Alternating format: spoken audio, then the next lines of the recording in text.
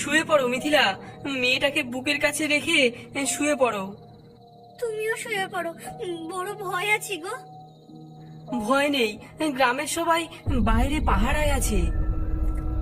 রাত গভীর হয়, বিশাল টানার ছায়া পড়ে বাড়িতে।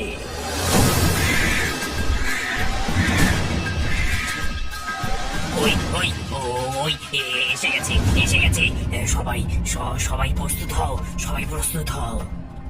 আমরা প্রস্তুত আছি, আমরা প্রস্তুত। আক্রমণ করো।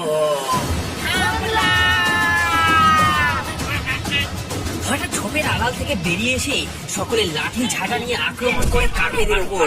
কাক ও ডানার ঝাপটায় সকলকে ধাক্কা দিয়ে ফেলে দিতে থাকে। মারো মারো মারো মারো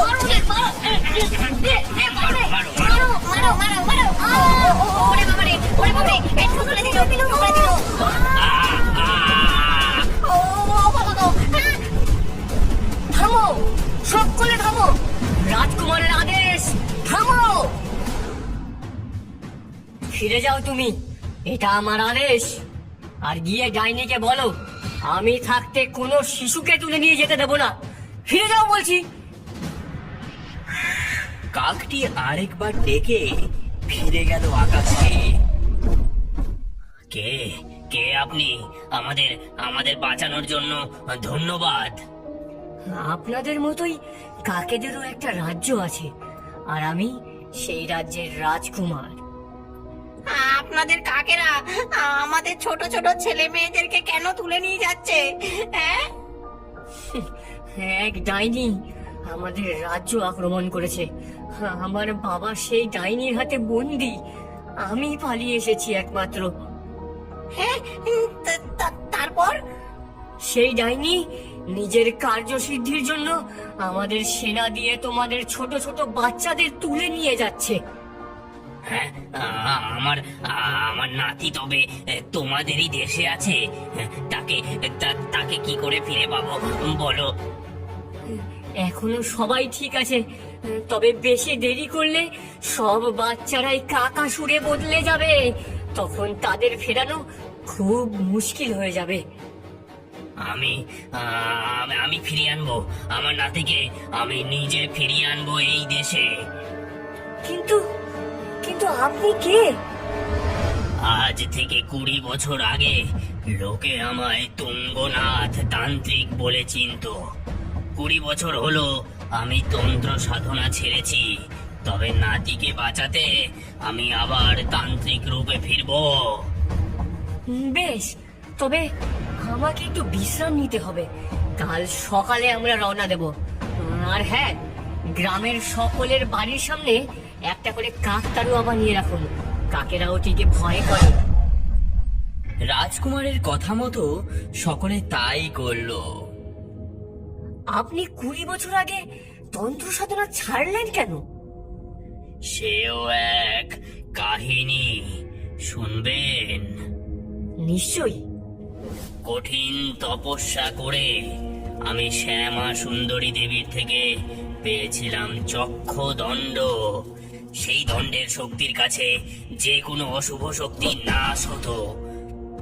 একবার এক গ্রামে এক ডাইনির উপদ্রব শুরু হয়।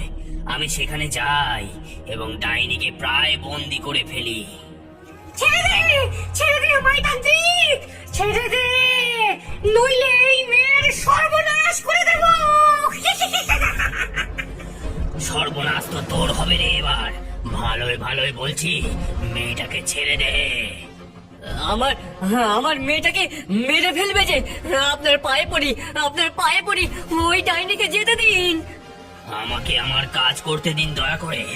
ওকে ওকে যেতে দিলে ও আপনার মেয়েকে ছাড়বে না। আমায় যেতে না দিলে আমি এই মেয়ের গলা কেটে রক্ত খেয়ে নেব। তবে রে দেখাচ্ছি মজা। ওম নমঃ শক্তি পরিত্রায়ত হে তবে শিব নন্দিনী অশুভ শক্তি বিনাশিনী কালিকায় নমস্তুতে।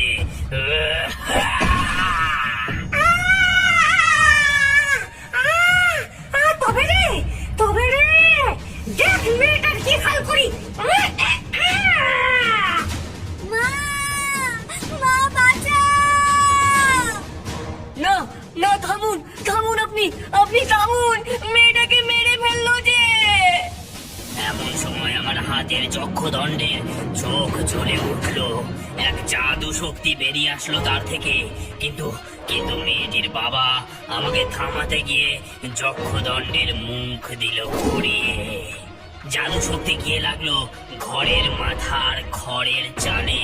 দাউ দাউ করে জ্বলে উঠলো গোটা বাড়ির চাল। তারপর বাড়ির জ্বলন্ত চাল ভেঙে পড়ে মেয়েটি মারা যায়, আর ডাইনিও এদিকে পালিয়ে যায়। সঙ্গে যাওয়ার সময় নিয়ে যায় আমার যক্ষদণ্ডটিও।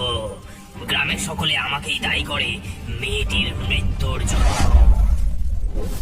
বলেন কি, যক্ষদণ্ড নিয়ে যায়? আরে ওই ডাইনি তো যক্ষদণ্ড নিয়ে আমাদের কাকেদের রাজ্য আক্রমণ করে। এখন পৃথিবী আক্রমণের কথা ভাবছে সে। হ্যাঁ, এ সেই ডাইনি। বেশ, আমি একে উচিত শিক্ষা দেব তবে। গ্রামবাসীদের টাটা করে কাক রাজকুমারের পিঠে চেপে তান্ত্রিক চলল কাকের দেশে।